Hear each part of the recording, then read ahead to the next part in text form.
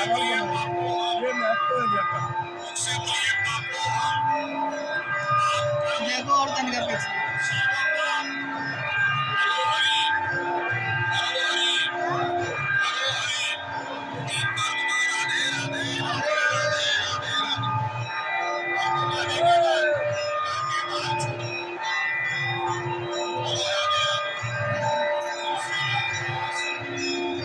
प्रोडिया देवी ने जो समय रमन रति में है और यहाँ पर सारे ऋषियों के आश्रम एक बने हुए हैं और हम लोग इस समय विश्वामित्र कुटी पर हैं और विश्वामित्र जी ने त्रिशंकु को पृथ्वी लोक से और उस स्वर्ग लोक में जिस प्रकार भेजने के लिए जो एक प्रयास किया, वाकई हम कह सकते हैं कि वाकई जो विश्वामित्र थे उनका जो अलौकिक था ऋषियों में से, वो अपने आप में एक विशेष है। आज हम लोग उसी आश्रम में और हमारे मध्य में गुरु जी भी हैं, उनकी जुबानी हम लोग जानते हैं कि यहाँ का किस प्रकार वातावरण है और यहाँ पर कितने और ऋषियों के बने हुए हैं कुटी, उनके बारे में भी जानकारी। पहले तो अपना नाम बताइए। स्वामी काष्टी महादेवानंद नाम। अच्छा, तो आप विश्वामित्र की कुटी में आपको स्थान मिला है, तो थोड़ा सा पहले तो हम चाह रहे थे कि थोड़ा विश्वामित्र जी के बारे में आप कुछ बताएं और फिर यहाँ कितनी कुटियाँ उनकी भी जानकारी हम लोग को दें। विश्वामित्र राम जी के गुरु थे। हाँ। ये त्रेता युग की बात है। हाँ। ये कलिकाल चल रहा है, नंबर निकल गया, कलिकाल चालू हो गया। लेकिन चूंकि भगवान राम अयोध्या में विराजमान हो गए तो हम लोग ये मान के चल रहे हैं कि वही युग आपके राज्य में फिर से कहीं ना कहीं हम लोगों को देखने को भी मिल रहा है। ये तो ठाकुर जी की प्रेम भूमि की लीला है, तो ये प्रेम भूमि में है। अच्छा, यहाँ कितने ऋषियों के और भी? यहाँ करीब 100 कुटिया है। 100 कुटियाँ हैं। सभी में महात्मा लोग रहते हैं। अच्छा, संत लोग रहते यहाँ हैं। विद्यालय है, हाँ। अवतार है, गुरुकुल है और यहाँ पर गौशाला भी है। यहाँ पर अन्न क्षेत्र भी चलता है। यहाँ पर की सेवा होती है।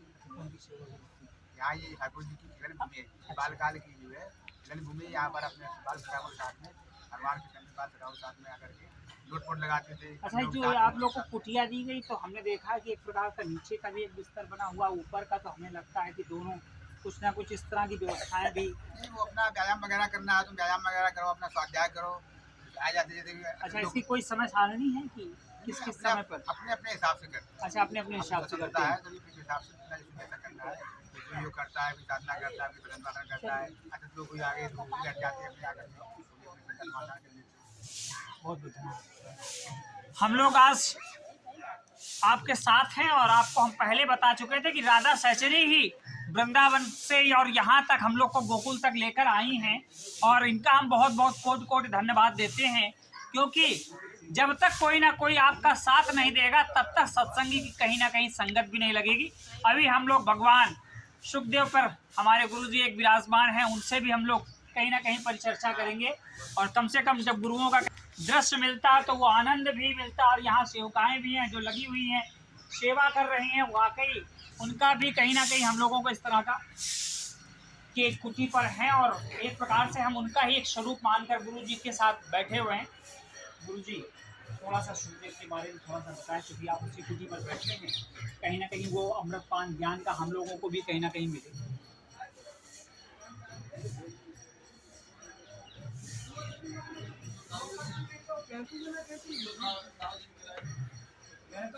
नौकरी करनी है बहुत बड़ी कथा है।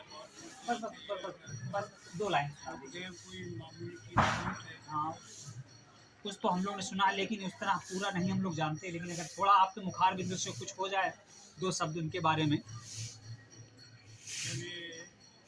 से जा रहे तो गोपियाँ औरतें नहा रही थी, नंग धड़ंगी नहा रही।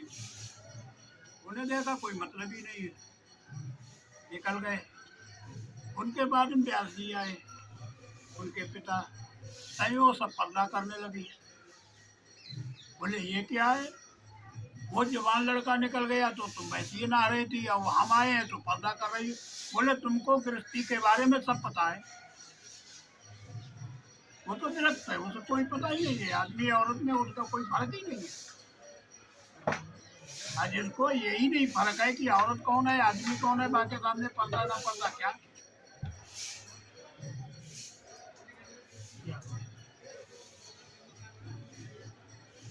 क्योंकि ये तो सबको छोड़ के चले गए।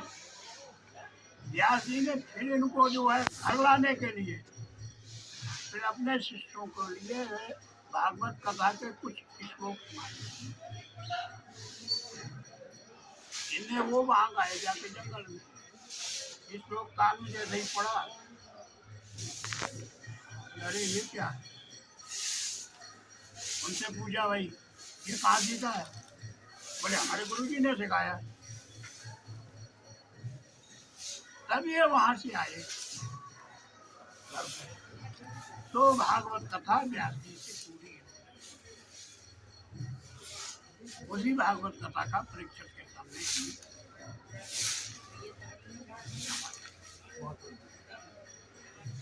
कह सकते हैं भागवत भगवान की है आरती और पापियों को पाप से है तारती। तो भागवत कहीं ना कहीं अगर उसका भी एक अंश हमारे कान में कहीं ना कहीं पड़ जाता है तो कहीं ना कहीं हमारा जीवन धन्य हो जाता है और इस लोक में कहीं ना कहीं हम लोग को एक प्रकार से दूसरे लोक तक जाने में सुविधा मिलती है। बने रहें प्रो इंडिया टीवी न्यूज़ के साथ। धन्यवाद।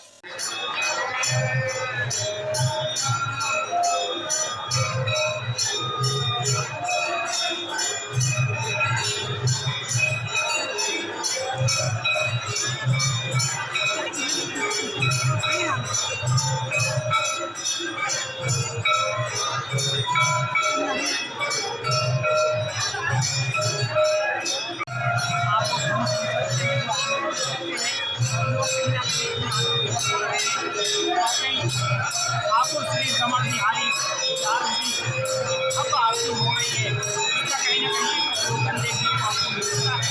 वो अपने आप